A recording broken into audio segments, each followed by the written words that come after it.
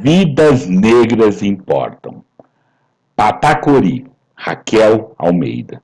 No fio da espada que decepa, minha guerra se funde. Numa batalha sem que ela permita, truculentos são seus olhos ao mirar o fogo que dança ao sobro de Oiá. Em minhas veias trilho, corre sangue e ferro, que vestes colorir esverdeando teu peito de aço, e numa dor de seu abraço, corre sangue tecendo fios. Patacori, Raquel de Almeida. Notas de escurecimento gerações. Eu ofereço essa boa conversa para Aline Nascimento, Ricardo Santos Nagô, Jaime Paixão, Ifé Rosa Oadeque, Rose Brasil, Marcelo Lino e Paulo Vieira Lima. Também para Thaís Santana e o grande amigo Gabriel Messias. Lembrando que essa nossa conversa, todas as terças e quartas-feiras, ela é retransmitida pela nossa web rádio. Terças-feiras, às 8 horas e quartas-feiras, às 17 horas. Notas de escurecimento, gerações. E agora estamos aqui. Estamos chamando para a roda, para vir conversar. Pituca, por favor, venha, querida. Por favor, venha conversar. Bem-vinda, querida. Boa noite. Muito obrigada pelo convite. Eu sinto muito feliz, Camilo, de poder estar participando aqui com vocês. E estou assim lisonjeada, né? Porque um convite vindo de você, desse programa que eu acompanho, acho um máximo, só fera que aparece por aí. Eu falei, ai, meu Deus. E você veio a brilhantar, querida, você veio a brilhantar. Você veio a brilhantar, sim. Eu que agradeço muito sua gentileza, sua disponibilidade de fazer esse programa. E a gente sabe de todas as nossas dificuldades de dar um tempo, né? Ceder um tempo, investir um tempo nessa questão da literatura negra. Pituca, por favor, se apresente, vamos lá, para a gente poder conversar. Bem, então, como de praxe, né? Como eu aprendi antes de eu me apresentar, eu vou pedir licença, mas eu vou fazer dessa vez numa língua Kibundo Kikongo, que é a descendência paterna, e depois eu traduzo, tá? Vai estar em Kibundo, que começa assim. Caribu, bibi, caribu, buana, caribu, rafiki, caribu, aqui palô, rapari, ocibo, ri, axante sana, caribu, bibi. Bem-vindo, homens, meninos, rapazes. Caribu, buana, bem-vindo, mulheres, as mais velhas, mais novas. Caribu, Rafiki. Bem-vindo, amigos. Caribu aqui falou. Bem-vindo, contadores de história ou mensageiros. Rabariossi, o que nós temos para ouvir ou falar hoje? Aksante Sana, obrigado por vocês estarem aqui. Eu me chamo Pituca Nirobe, nasci no quilombo da Ilha de Marambaia, no estado do Rio de Janeiro. Venho de uma família de 7 irmãos, eu sou a quinta filha, tenho descendência por parte do meu pai, dos negros de Bantus, vindo de Angola, mais ou menos naquela região de Cabinda, 90% de chance deles serem mucubás, falando a língua Kibundo e Kikongo. Meu pai nasceu na Bahia, numa fazenda de cacau em Ilhéus, e veio para o Rio de Janeiro. Minha mãe é uma descendente dos Tupinambás, uma etnia indígena, né, e falando da língua Guarani, e nasceu aqui no Rio de Janeiro. E eles se encontraram, se casaram, viveram a vida na ilha de Marambaia. Eu vivi lá até meus 13 para 14 anos, quando eu vim para o continente. Toda a minha educação foi na base afro-indígena, né? Porque de um lado da ilha moravam os caiçara, do outro lado morava o quilombo, e no meio era a Fundação Abrigo Cristo Redentor, né? Que a escola de pesca foi a maior escola de pesca da América Latina.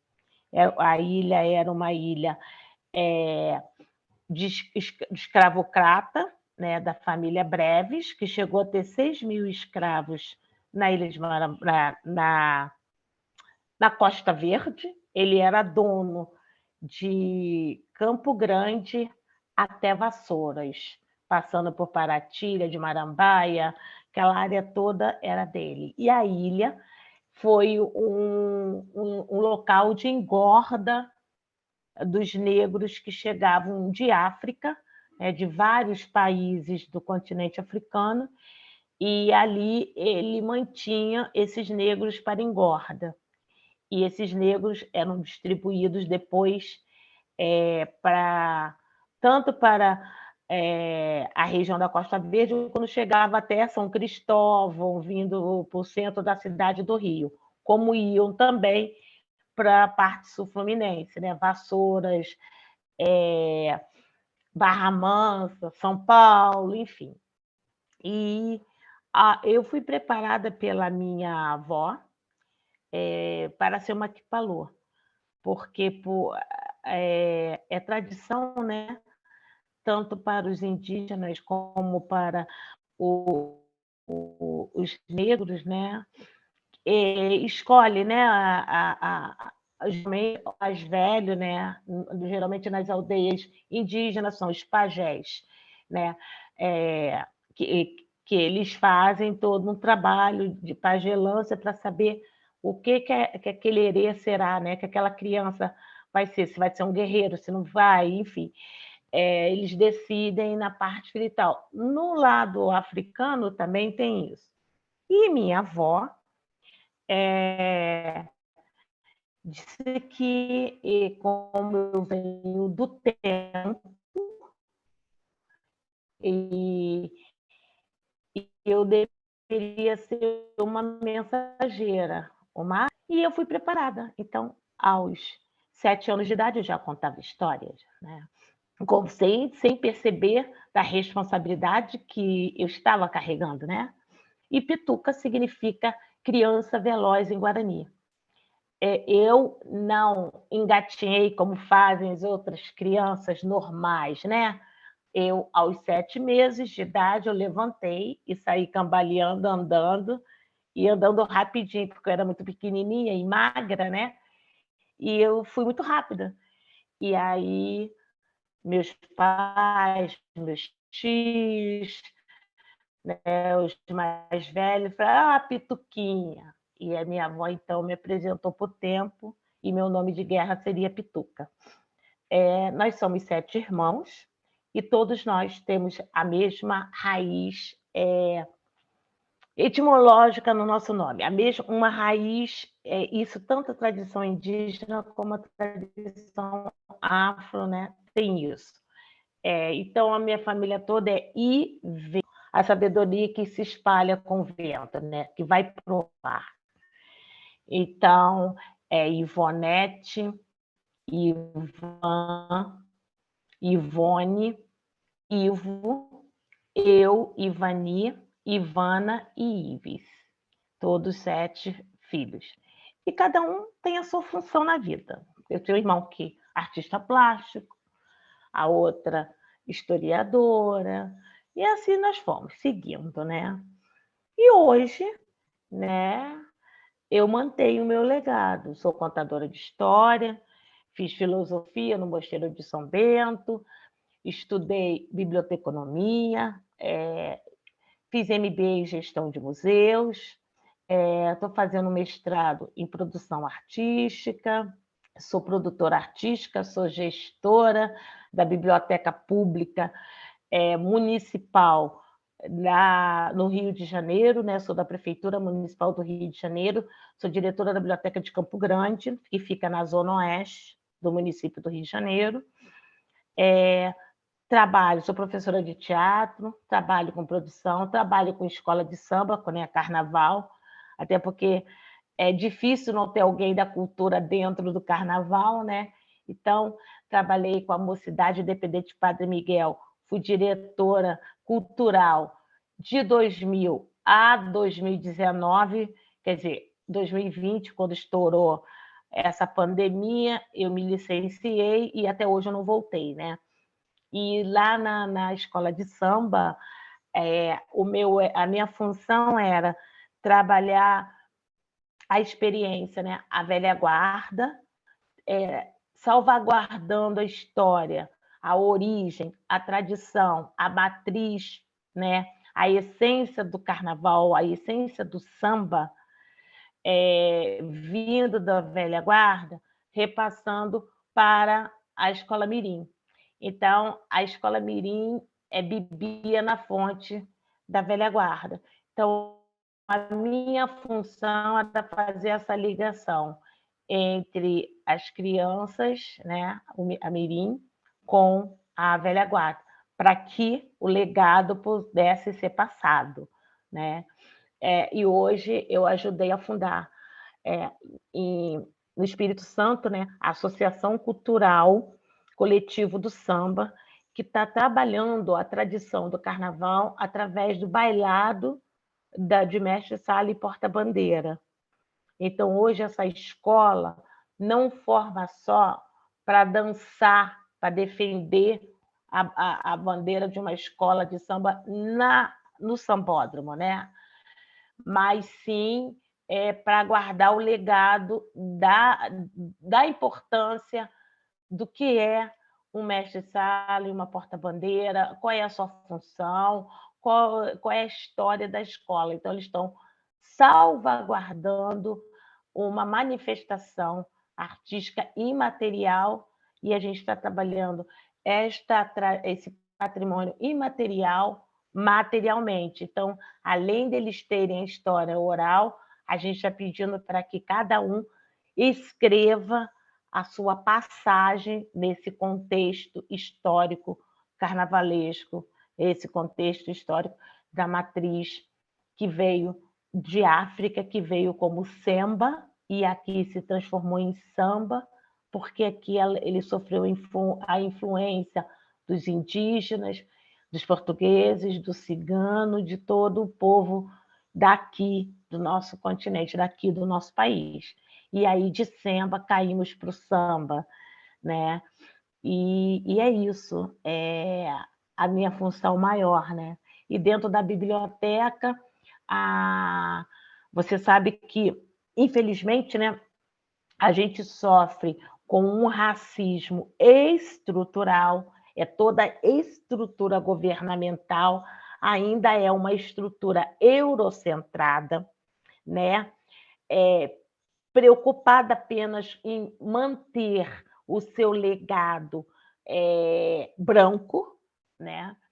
E eu estou fazendo um trabalho na contramão, uma diretora negra, numa biblioteca pública, que é do povo, por isso que ela se chama pública, porque ela é do povo, para o povo, não é para inglês ver. Eu estou fazendo de tudo que seja para o povo. Então, todo o trabalho da biblioteca, nós abrimos um cantinho, né, um espaço para a cultura local, que é a cultura periférica, que é a cultura de massa, que é a cultura do sertão carioca, né? Que é a história do sertão, a história da Zona Oeste. Ali os artistas lançam seus livros, ali seus artistas fazem os encontros literários, ali os artistas deixam uma obra e todos os alunos, todas as pessoas que entram para levar um livro, né? Claro que eles vão buscar livro, Harry Potter da vida, Thalita Rebouças, João Cabral de Melo Neto, Carlos Drummond de Andrade. Quando eles chegam lá para pegar um livro, a gente fala, você tem direito a levar 2. Um você escolhe, um nós escolhemos. E a gente então está introduzindo. Eles levam o que eles querem, o Harry Potter da vida, mas junto ele leva uma Conceição Evaristo, ele leva uma Maria Firmina, ele leva um livro meu, um livro de Sônia Rosa, enfim, ele vai levando o pouco que a gente tem, que a gente está. Eles levam, né? Leva um do próprio escritor local. Então, com isso, a gente está ampliando, né? Estamos pulverizando a região com literatura preta, literatura periférica e literatura local, né? Então, é um trabalho que a gente, uma maneira que a gente viu de introduzir, pelo menos na nossa região. E espero que a gente consiga levar isso para fora, né? Então é isso. A princípio, assim, dentro da biblioteca, vai ser de referência da cultura afro-indígena e da cultura local, né? Porque a gente está mapeando a Zona Oeste, a gente já sabe mais ou menos as etnias indígenas que, é, que viveram naquela região, né? A gente já conseguiu mapear, já temos um quilombo lá dentro de Campo Grande que muita gente vive lá dentro de Campo Grande e não sabe que lá existe ainda um quilombo, que as pessoas ainda vivem da maneira, fazem a plantação de caqui da época do Brasil ainda colônia, né? Então, a gente começa a mexer, né, com essas pérolas e estamos lapidando, né? Eu fui para a Zona Oeste, né? Eu fui para essa biblioteca em 2019. Então, 2020 a gente não fez nada a não ser online. 2021 a gente começou em maio, mas só para mexer com o acervo. Agora, esse ano, que a gente vai começar mesmo a fazer todo esse trabalho. Inclusive, a gente está com um projeto. A biblioteca vai até você. Então, a gente tem 2 funcionários que vão contar a história dentro dos hospitais, que vão contar a história nos asilos, que vão para esses lugares que o povo não consegue vir, né? Então, a gente vai lá para fazer uma leitura de um livro. É claro que a gente vai mesclar, porque a gente sabe, como nós estamos fazendo uma educação antirracista, nós também não podemos ser racistas, né? Então, a gente leva o que eles estão acostumados a ouvir, mas a gente também está levando o que eles não conhecem. E assim, a gente ainda não começou, a gente vai começar agora a partir de março, mas os testes que nós fizemos deu super certo, né? O povo está aceitando bem a literatura preta, a literatura indígena, que não conheciam, né? E estão conhecendo e estão gostando. Isso é o mais importante, né? Eles estão aceitando, porque não é que eles dizem mesmo, eu não conhecia, eu não sabia, então eu não tenho culpa, como o senhor falou, eu não tenho culpa, eu nunca fui apresentado. Eu falei, senhor, a gente entende a ignorância do povo. Uma coisa é ser ignorante, é aquele que ignora, desconhece. Outra coisa é ser burro. A gente não está chamando o povo de burro. A ignorância é eu desconheço aquele assunto. E o povo está ignorante, né? Infelizmente, a nossa sociedade é uma sociedade ignorante. Aí ele, eu gostei disso aí do ignorante, agora todo mundo para mim vai ser ignorante, até conhecer as coisas. Falei, pois é, até para a gente dizer que não gosta, a gente precisa conhecer, né? Para dizer, não gosto. Como é que você vai dizer que você não gosta de morango se você nunca comeu morango, né? Então, é mais ou menos isso o meu trabalho de formiguinha. Que é muito legal, que, desculpa, dá muito orgulho, né, saber que você está fazendo e até me coloco para disposição no que eu posso fazer. Porque é muito interessante, primeiro orgulho pelo seu trabalho e depois orgulho por ter negras e negros fazendo esse trabalho, né? E o Nota Escurecimento é para isso, e me encanta isso, de saber desses outros trabalhos que estão sendo feitos também. Eu tenho um olhar para a literatura. E aí, o que, que você também fez, Iló? Você fez coisas para literatura. O que, que você fez para a gente dessa literatura? Então, eu conto histórias há muitos anos. E eu precisava sobreviver, né? Precisava estudar, pagar as passagens de ônibus, enfim, criar meus filhos. Então, o que, que eu fazia?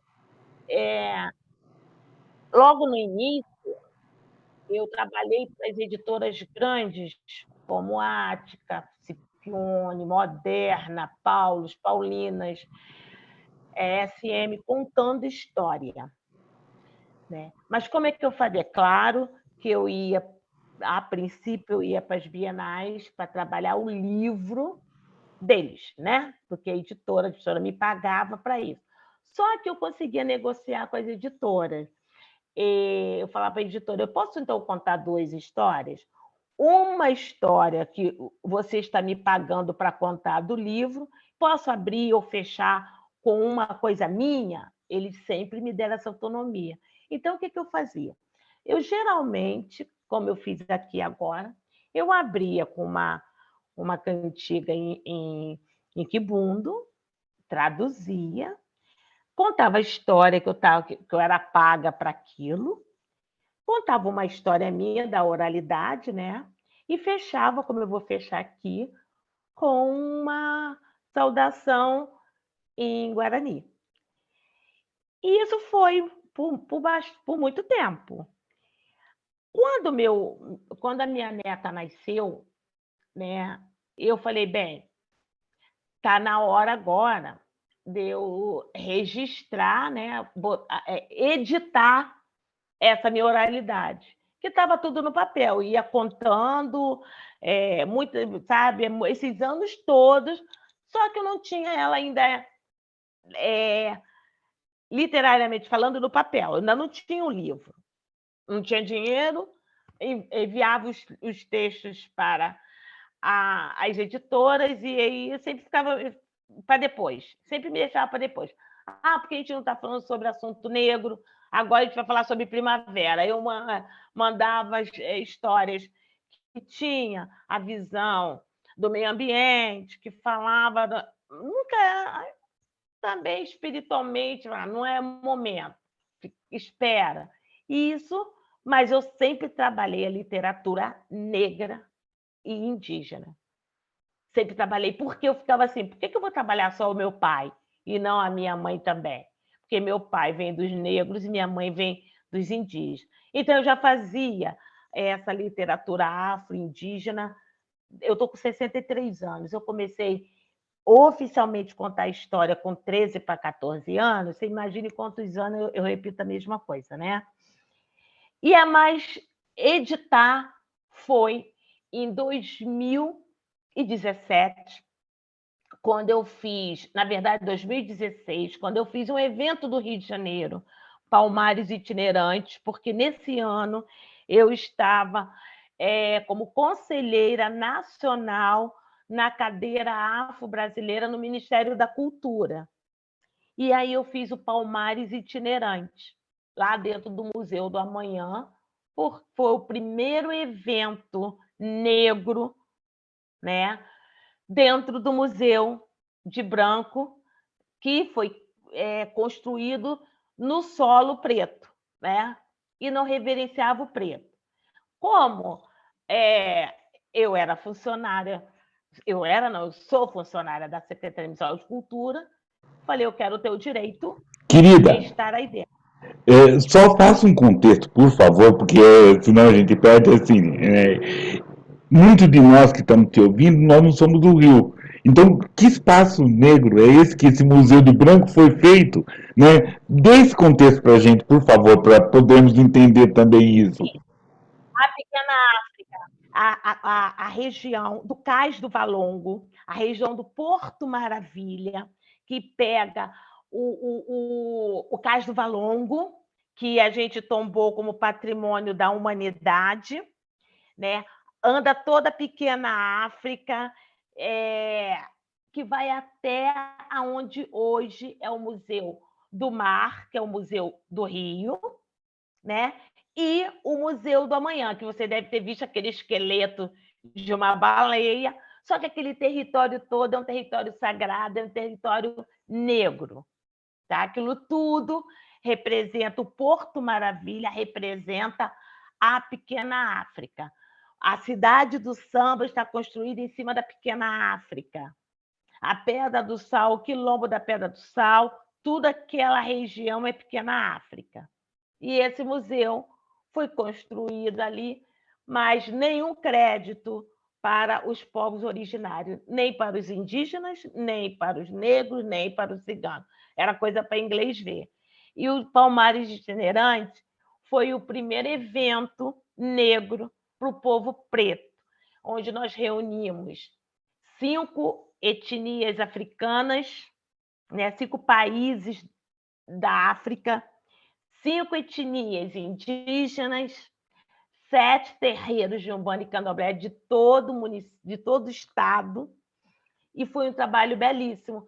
E de Belo Horizonte foi a editora Nandiala, que a gente convidou várias editoras negras, e a Nandiala.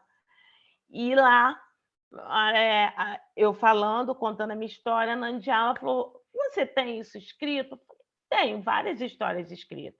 E aí eu mandei uma história para ela, e aí nasceram esses 2 livros, né, infantis. Primeiro veio o Pedras, Pedrinhas e Pedregulhos, que é um dito popular muito comum nos quilombos. Antigamente, saiu das senzalas e migraram para as comunidades, né? E mantiveram-se no quilombo. O que significa pedras, pedrinhas e pedregulhos? Você já ouviu aquele ditado que fala assim: fulano veio para cima de mim com 7 pedras na mão, né? Não jogue pedras. Pedras significa aqueles problemas que a gente tem, demora um pouquinho, mas a gente consegue solucionar. Pedrinhas são aqueles problemas tão pequenos que às vezes a gente só cria na nossa cabeça, ele nem existe, e a gente consegue eliminar. Mas pedregulho, gente, para os negros que chegaram ao Brasil em condição de escravizado, o Brasil era um pedregulho, porque era um problema que eles queriam esquecer, queriam solucionar, que eles queriam retornar para seus países, que queriam retornar como pessoas livres.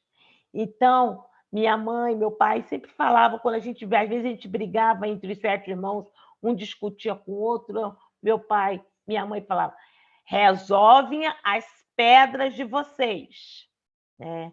E aí foi dado esse título, Pedras, Pedrinhas e Pedregulhos. E esse menino que eu apresento para vocês se chama Cabu. Cabu é o nome em Kibundo, que significa olhos que tudo vê. Por isso que ele é um boneco olhudo, né? E a história dele é a história de um menino quilombola, e ele conta, né, que ele foi separado dos pais quando ainda era criança, foi levado por um certo capitão do mato, mas com a mãe, ele conta a história que com a mãe ele aprendeu a conhecer as ervas e a cozinhar.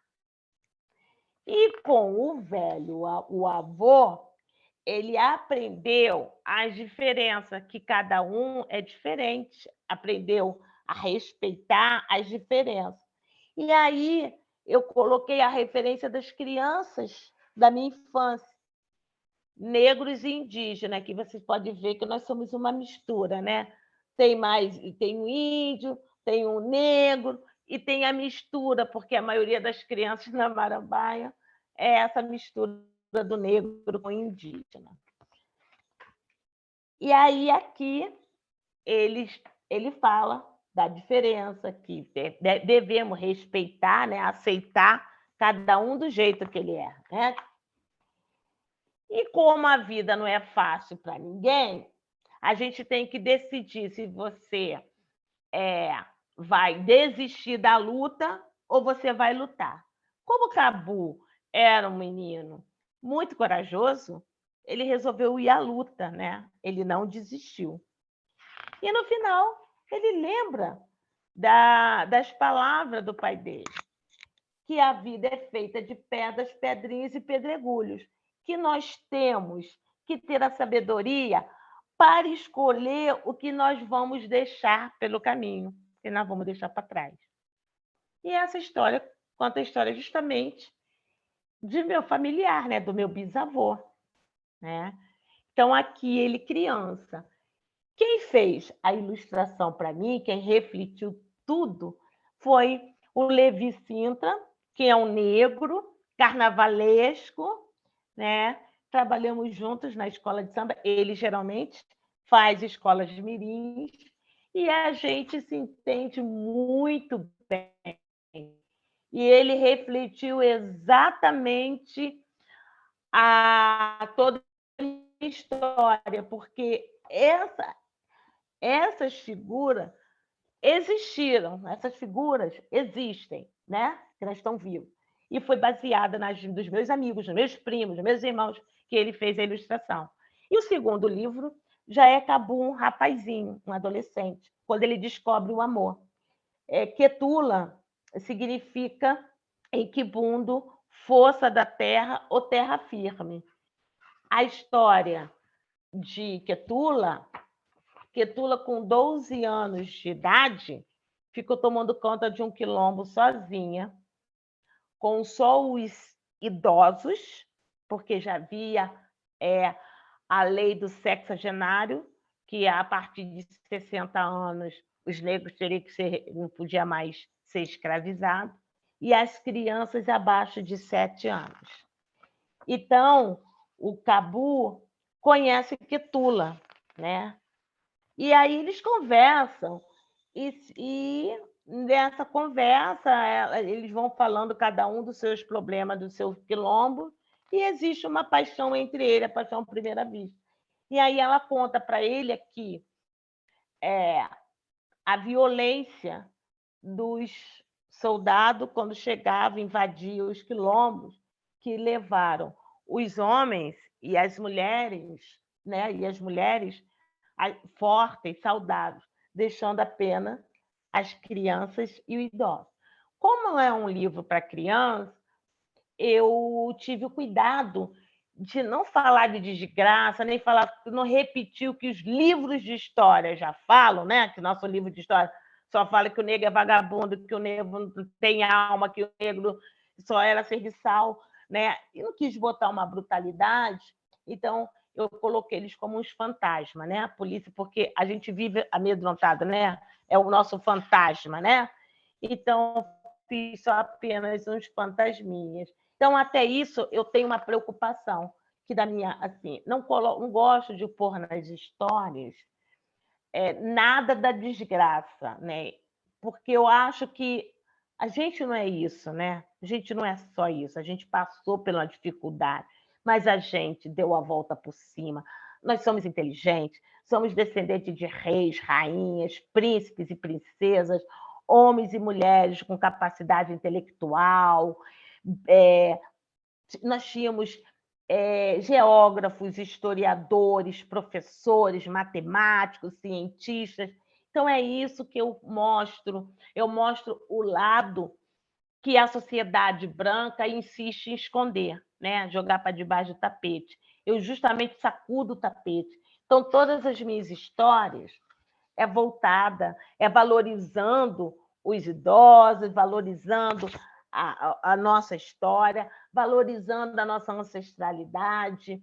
E nesse final aqui, é o que meu pai falava para a gente quando a gente morava no Quilombo. A gente tinha uma plantação, né? A gente plantava para comer, tinha plantação não, a gente plantava para sobreviver. E meu pai sempre falava, ele repetia o que o pai dele falou para ele, que ele dizia que o pai do pai dele falou para ele, que veio de África esse sentimento. E ele, então, Cabu lembra, né, que o que o avô dele falou para ele: trate bem a terra, ela não foi doada a você por seus pais, ela foi emprestada a você por seus ancestrais. Então, o que a gente pega, a gente devolve.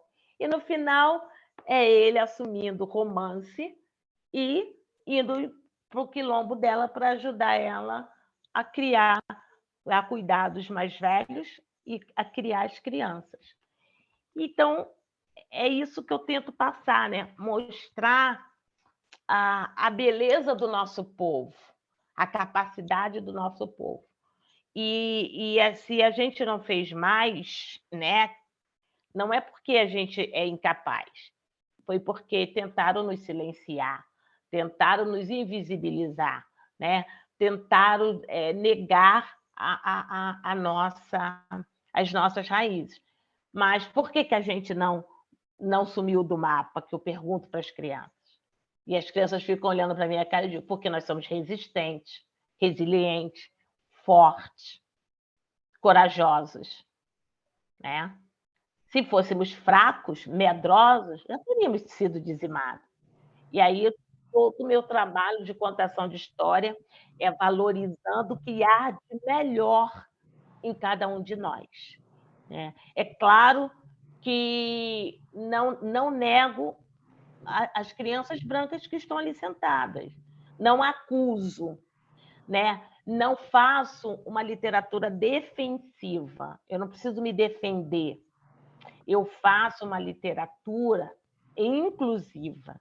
Eu trabalho a literatura afro-indígena para a valorização dessas etnias e para despertar na criança que está me ouvindo o sentimento de pertencimento, a curiosidade de chegar em casa e perguntar para o pai, para a mãe, se ele é preto, se ele é indígena, se ele é branco, de onde ele veio, para encher os familiares de perguntas, porque eu despertei nessa criança a curiosidade de buscar a sua identidade.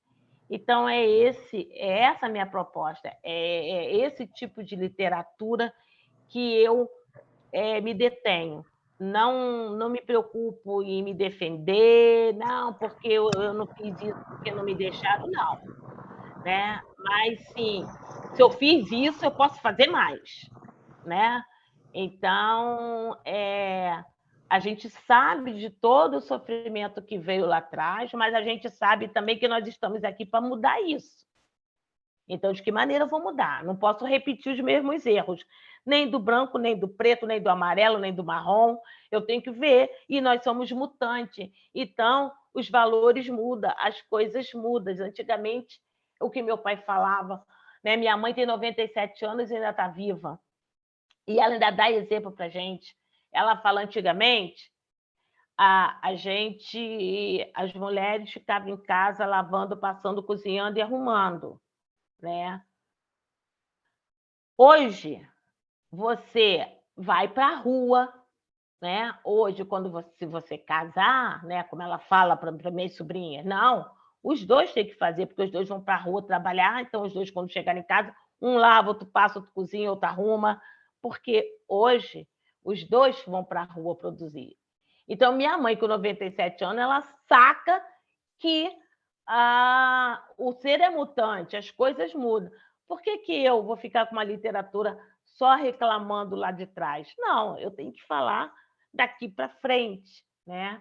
Pego, sim, lá atrás como exemplo, porque é o legado que a gente traz, mas o que eu posso fazer para deixar para minha neta hoje, que dia 7 ela faz 8 anos e ela já está contando histórias.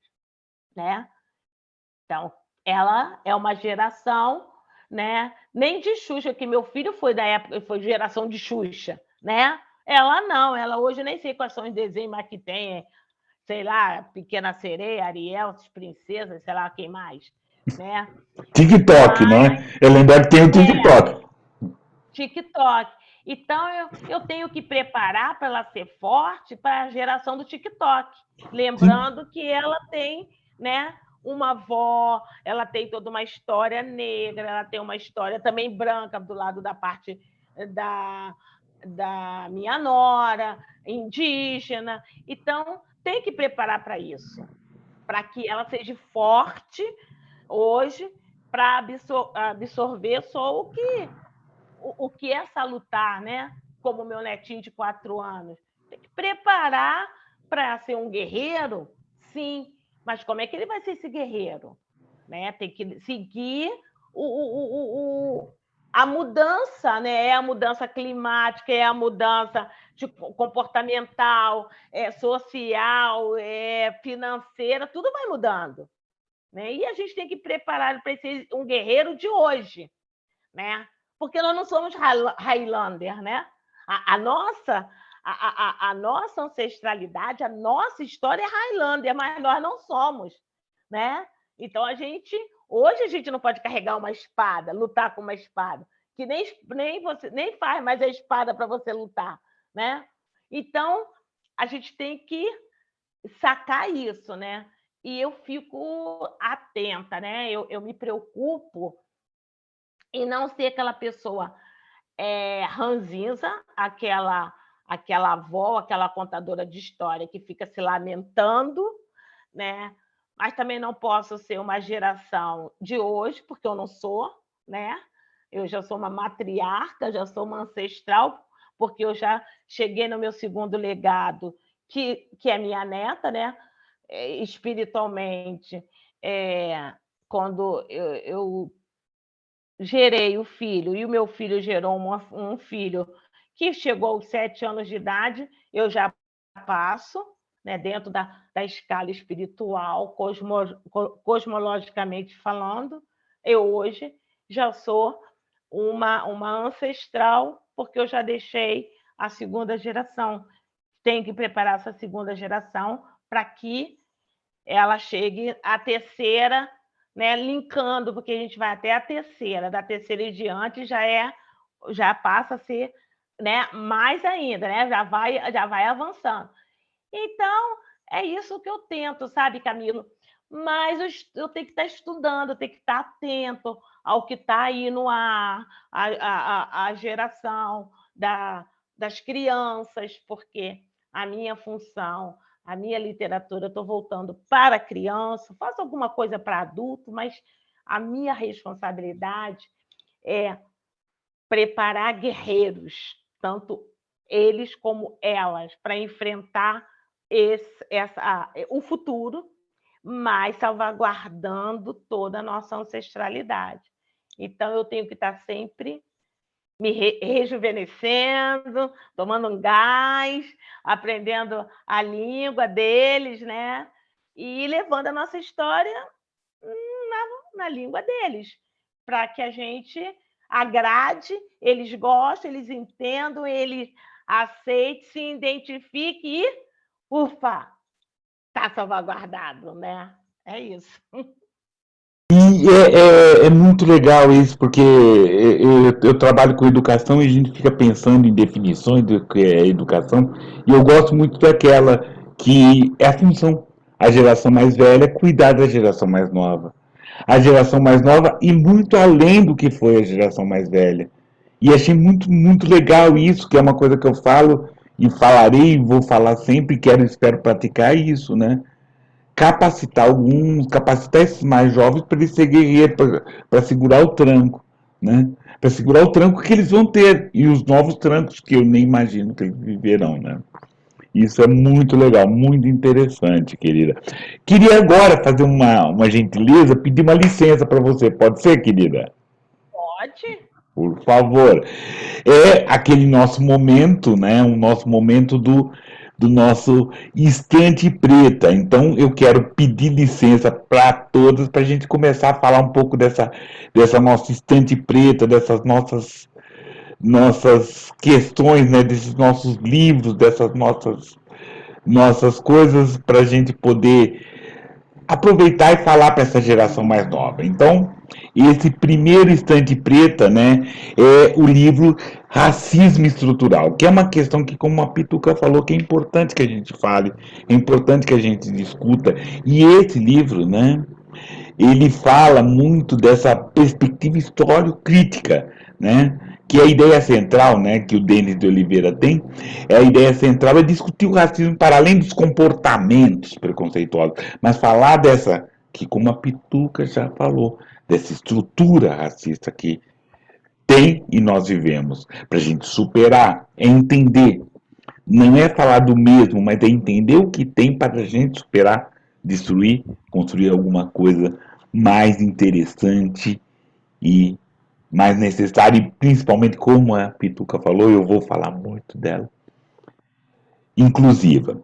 Uma outra questão é isso, né? Falar dessa afrodescendência, desses movimentos, né? Por exemplo, do Cadernos Negros, do Jornal do Movimento Negro Unificado.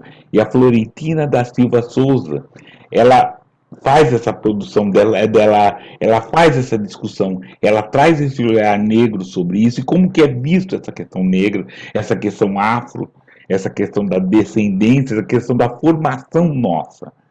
Né? Então, é muito interessante, né, desses textos, né, de sociologia, história, antropologia, todas essas artes, né, dessas reflexões que a Florentina da Silva nos traz nesse livro, né? Afrodescendência em Cadernos Negros, Jornais do Movimento Negro Unificado.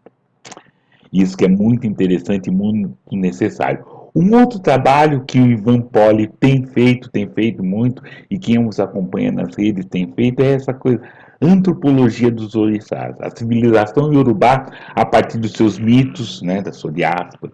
O Ivan, o Ivan analisa todas essas questões negro, nessa questão do Urubá, né, dessa religiosidade. É muito interessante. O Ivan é uma figura muito gostosa, muito interessante para se ler, para se falar, para essa história toda. E, para finalizar, né, e essa Carta para a Esperança. O que é? Essa é uma coletânea de texto, uma coletânea feita pela Malé, de carta para Esperança Garcia. Quem é Esperança Garcia? Né? Nessa questão da literatura negro-brasileira, é um dos primeiros registros, né, de uma carta escrita por um negro, né, numa daquelas definições do que é literatura negro-brasileira, né, é o autor se autodenominando como negro, que a Esperança faz. E nisso, vários textos, né, o organizador Júlio Ludemir, ele reúne vários textos de Cristina Sobral, Eliana Marcelino, Esmeralda Ribeiro e outras escritoras, Adriana Ortega. Ele traz esse texto de cartas escritas para Esperança Garcia. É uma questão que vale muito a pena, muito interessante, muito importante, dessa boa e necessária discussão, né, com os nossos ancestrais, com quem veio antes, com quem estamos aqui. E é isso, Pituca. Vamos lá. Continue contando essa sua história, esses seus olhares, por favor. Estou voltando.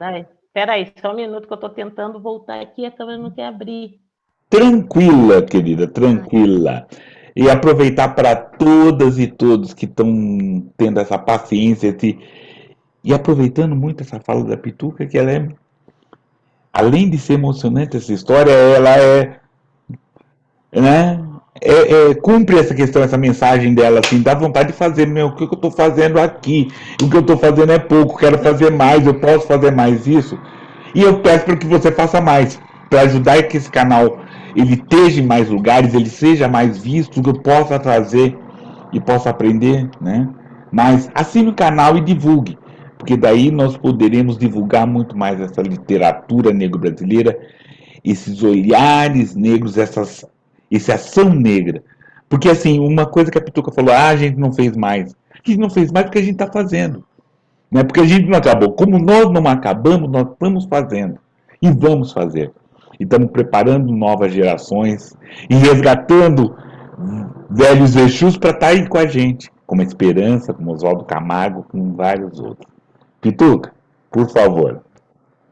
Então, eu vou ler agora um poema que eu estou nesse livro aqui, Cadernos Negros, do volume 43, e também estou no caderno 44, que ainda não saiu. Né? Então, esse aqui saiu ano passado e eu estou no 44, que vai sair esse ano. Então, eu vou ler uma poesia e depois, Camila, eu vou te perguntar o que você achou dela. E eu vou te dizer, depois do que você falar o que você achou, eu vou te dizer qual foi minha intenção quando eu escrevi. Então, preste atenção, por favor. Sem limite. No redemoinho da existência, nossas vidas cruzadas ficaram submersas no tempo e no espaço do coração. E achamos graças nas palavras encharcadas de desejos. No vai e vem do caminho, eu tropeço no traço passado. O laço apertado da armadilha é o nó no meu destino. No instinto ritmado, nós, negros, famintos de amor, unidos, exalamos o cheiro do incandescente gozo, incendiando nossos sentimentos, desejos e emoções. Dois seres prometidos, maduros, seguros, puros e cultos. Dois corpos entrelaçados, desnudos, unidos e úmidos, embriagados de paixão, acorrentados no ontem, descoberto no hoje e sem limite para o amanhã. Isso é bem interessante, porque interpretação de poesia, de poemas, assim, eu sou, né? Não tenho tanta sensibilidade, mas assim, interessante, porque assim, eu vejo algumas camadas. Me pareceu um poema de amor, né? Aquele poema bonito, com as imagens muito interessantes, poema de amor. Porém também, né, o amor romântico, né, o amor entre duas pessoas. Porém também, para mim, indo mais, é um poema para esse quilombo. Para nós que somos quilombos, da gente voltar. E é um poema de amor com o meu passado, com o meu futuro, né? E acho que com certeza contaminado pela nossa conversa, pelos que foram, pelo elo que eu sou, pela mensagem que eu sou, né? Pela mensagem que nós somos entre o presente, né? Nesse presente entre o passado que já foi feito, a terra que já foi batida e a terra e quem vai caminhar agora. E isso é muito interessante. E às vezes eu caio na armadilha de só viver esse presente e não estar prestando atenção que isso tem um passado, né? Eu não sou o primeiro que estou pisando, mas também não vou ser o último, então tem outros que virão, né? É muita camada. Esse poema eu escrevi a partir do momento que meu pai sempre falava para nós, os filhos, né? E que a gente recebeu um corpo perfeito, que a gente deveria devolver esse corpo perfeito. Que isso não é nosso, estava emprestado.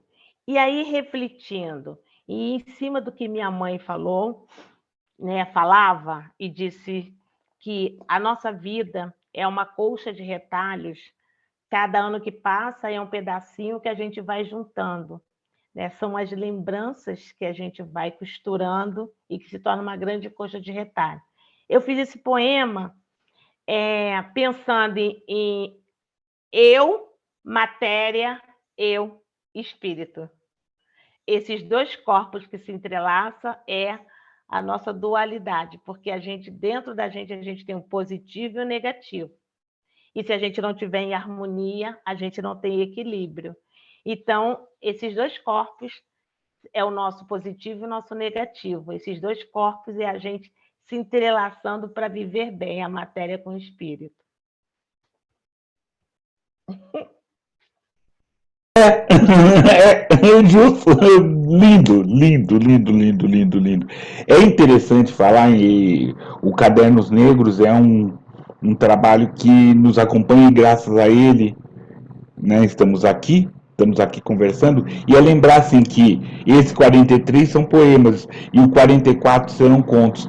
E, né, desde 78, todo ano, né, sai o Caderno Negro, ou poema, ou prosa, e agora, né, mês passado, esses dias, assim, A editora Quilombo hoje fez 42 anos. Então, são momentos muito importantes, graças a Cuti, a Esmeralda, a Márcia, a Pituca, É. né? Nós estamos aqui. Isso aí lá no 44, eu estou com dois contos. Aqui foram poesias, né? E assim, e todo o meu trabalho, como eu disse, eu não invento, sabe? Eu não consigo, eu não invento. Eu pego a realidade, ou então assim, é, de repente você me fala, me conta uma história que aconteceu com você e aquilo fica na minha cabeça e aí eu acabo botando no papel, entendeu? Assim, eu não consigo sentar, botar a mão no queixo, olhar para cima e inventar uma história. Não, todas as minhas histórias é, a essência dela é verídica. Ou alguém me falou alguma coisa, ou eu presenciei alguma coisa, ou eu vivi, né? Ou me contaram. Então, é sempre baseado no ponto de vista de uma coisa real. Né? E aí eu me lembro que a vovó dizia para mim, né, que eu, como mensageira, como Maqui falou, era para eu levar a mensagem e procurar levar a verdade, né, procurar levar os sentimentos, né, procurar levar coisas boas. Eu não, a minha guerra não era guerra de arma de fogo, né, para matar, a minha guerra era para salvar. E eu, pequena, né? Não entendi. Eu falei, meu Deus, mas a guerra não é só para matar, nunca vi guerra para salvar. Eu só ouvia falar que guerra era para matar, né? Morreu não sei quanto na guerra, explodiu, matou não sei o quê, derrubou tantas coisas. E eu ficava pensando, falei, mas a vovó tá complicada de... Sei não. Eu ficava assim, não sei não, como que eu vou estar numa guerra para salvar e não matar? Aí eu comecei a pensar, será que eu vou ser uma enfermeira? Olha eu, né? Porque médico, enfermeira que cura. E ela dizia que não, que eu era uma guerreira para salvar. Aí piorou tudo. Quando ela chegou para mim, eu estava com 10 para 12 anos, ela falou que que eu era uma guerreira da escrita. Aí ferrou tudo, o Camilo, escrita? Eu muito mal sem falar o português, eu ficava assim, mas vovó, eu sou tão ruim de português. Mas aí depois que eu fui para a faculdade, que eu realmente entendi, né? Aqui eu brigava muito, né? Imagine, eu fiz, a primeira faculdade que eu fiz foi filosofia no Mosteiro de São Bento, aqui no Rio de Janeiro, com bolsa, né? Aliás, eu só estudei com bolsa. E você imagina eu no meio de um monte de monges, né, católicos, cantando canto gregoriano, e só tinham duas negras, eu e uma freira. Eu nem freira era, né? Nem da religião. Né? Aliás, eu não tenho nenhuma religião, eu sou uma espiritualista. Eu convivo com todo mundo, convivo porque eu convivo na minha família, tem gente católica, tem gente ubandista, candomblessista, kardecista, eu me dou bem com todo mundo, e se tiver uma saída de santo eu vou, se tiver um batismo na igreja eu vou, eu sou de boa nisso. E aí foi ali que eu comecei a entender, que a minha avó falou assim, não, quando chegar no tempo, tudo é seu tempo, e eu sempre fui muito afoita. E ela sempre dizia, não, tudo é tudo no seu tempo, você um dia vai entender. E hoje, né, claro, com 63 anos também, se eu não entendesse, eu tinha que desencarnar e voltar de novo, porque não deu certo o protótipo, né? Então, entendo agora o que ela quis dizer. Aí hoje eu falo, poxa, minha avó podia também ser mais direta, né? Como eu tento fazer com a minha neta, né? Tento explicar de uma maneira que eu falava muito por, sei lá, enigma, né? Minha avó era uma esfinge, né? Quando falava por os enigmas, a gente era obrigada a ficar pensando, raciocinando. E a gente, criança, né? Não está muito ligada nisso, embora eu prestasse atenção, mas eu não entendia. Mas, enfim. E hoje, agora, entendo que é isso, né? Nós somos os guerreiros, né? Nossa, como a gente guerreia, né?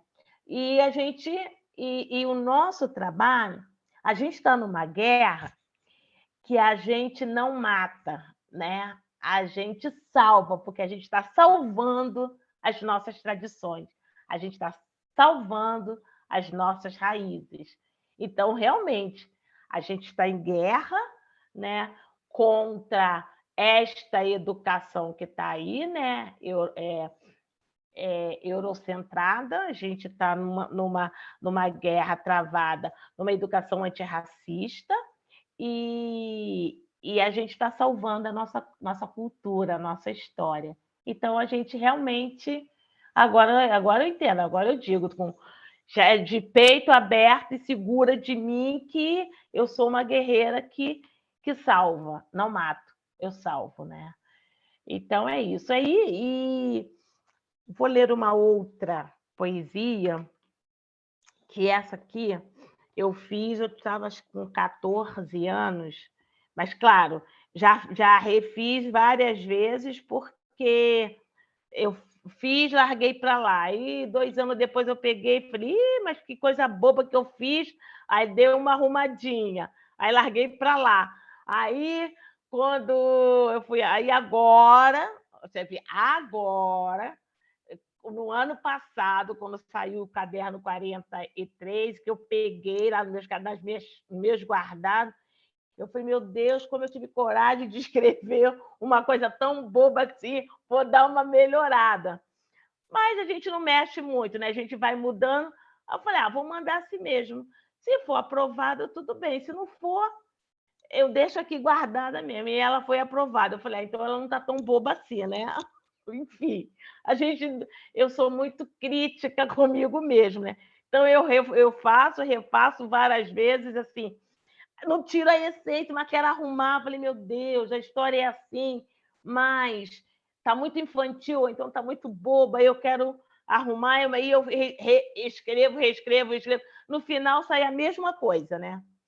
Mexo tanto, mas não posso tirar a essência, porque aquilo é a verdade.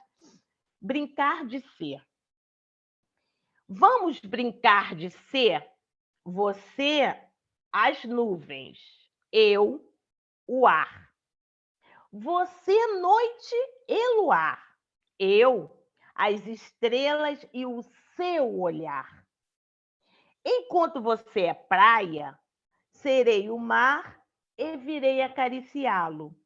Como a espuma branca e pura, virei beijá-lo. Seja a mata fechada, verde emaranhada. Eu, a estrada invadindo um coração apaixonado.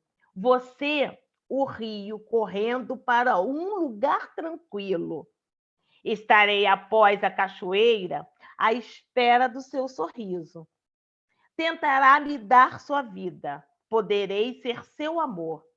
Persiga-me como caçador à procura de uma caça. Eu o enlaço como presa e o trago abatido.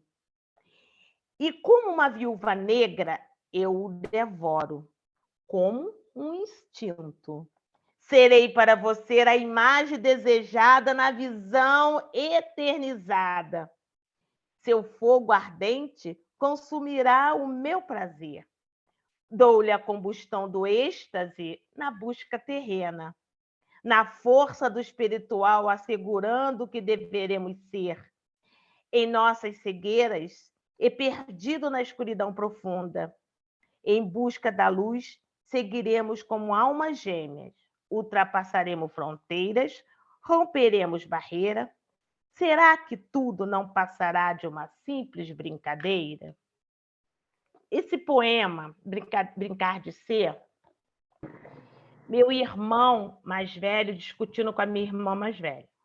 E aí a minha mãe interferiu, né? Os dois brigando. Eu não me lembro bem por quê, porque eu era bem menor, né? Somos 7, e a diferença da minha irmã mais velha para mim são 12 anos. E aí eles brigando, estavam numa brincadeira e começaram a discutir. Aí minha mãe foi lá, aí ele, mãe, é meu, aí não, mãe, é meu. Cada um queria para si o objeto. Aí minha mãe falou assim, então tá, vocês estão brigando aí por causa desse objeto? Minha mãe foi lá, pegou, a gente tinha os gravetinhos que a minha mãe botava lá no fogão de lenha, minha mãe veio com 7 pedaços de graveto, deu um para cada um de nós. Aí, para o meu irmão que estava brigando, minha mãe deu um 8º, para minha irmã que estava brigando, deu um 9º. Aí falou, quebra. Aí meu irmão foi e quebrou, com facilidade. Quebra. Minha irmã foi e quebrou. Aí minha mãe pegou os outros gravetos da nossa mão, juntou todos os gravetos e falou, agora quebra. Quem conseguir quebrar todos os gravetos juntos fica com o brinquedo, fica lá com o negócio que eles queriam. E eles não conseguiram quebrar. Aí a minha mãe pegou e falou assim, vamos brincar de ser? Você é isso, outro é aquilo. Aí foi fazendo essa brincadeira e no final eles pararam de brigar e acabou que o que eles queriam ficou sendo de todos nós. E aí isso eu devia ter o quê? Uns 12 anos. Ficou isso na minha cabeça e eu botei exatamente como aconteceu no papel. Só que aí, quando chegou 16 anos, falei, isso está muito bobo. Quando chegou por 20 anos, isso aqui está muito bobo. E eu nunca mexi. Aí, quando entrou um caderno meu que era poema, eu falei, vou, né? Só dei uma arrumadinha, mas a essência é essa, né?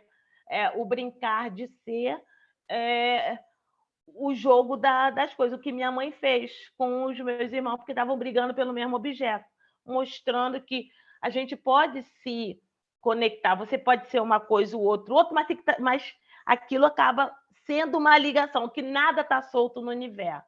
E aí saiu esse brincar de ser.